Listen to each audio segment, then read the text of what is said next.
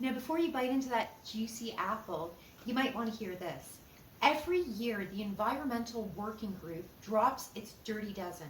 So the 12 fruits as well as veggies with the highest pesticide levels.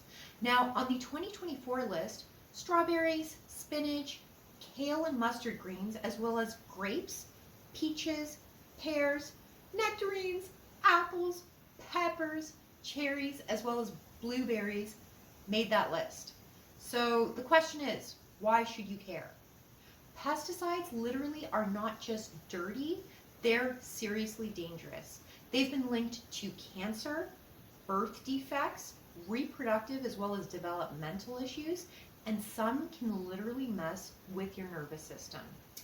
So yeah, they can also irritate your skin, your eyes, your lungs, and literally even trigger asthma as well as allergies. So what's your move? I mean, I would suggest just go organic when you can, especially when you're purchasing the dirty dozen. And you want to protect your plate. Eat smart, stay healthy, and of course, hit that like and subscribe for more no fluff health facts. Now, I've also included a link to the Dirty Dozen Shopper's Guide below just for you.